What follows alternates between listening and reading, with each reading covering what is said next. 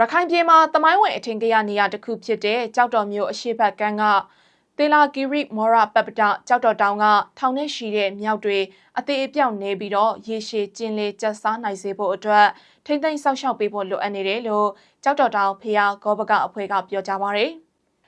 ကြောက်တော်တောင်ရေရှည်သားရာတည်နေနိုင်ရေးနဲ့တောင်ကိုမိခိုနေကြတဲ့မြောက်ကလေးတွေအတွက်အရခပြည်သူတော်လှန်ရေးအစိုးရအပြင်အရက်ဖက်အဖွဲ့အစည်းတွေနဲ့အရက်သားတွေစုပေါင်းပြီးထိမ့်သိမ်းဆောက်ရှောက်ပေးဖို့လိုအပ်တယ်လို့ကြောက်တော်တောင်ဖျားဂောဘကအဖွဲ့ဝင်တယောက်ကနရင်းစရာကိုပြောပါရယ်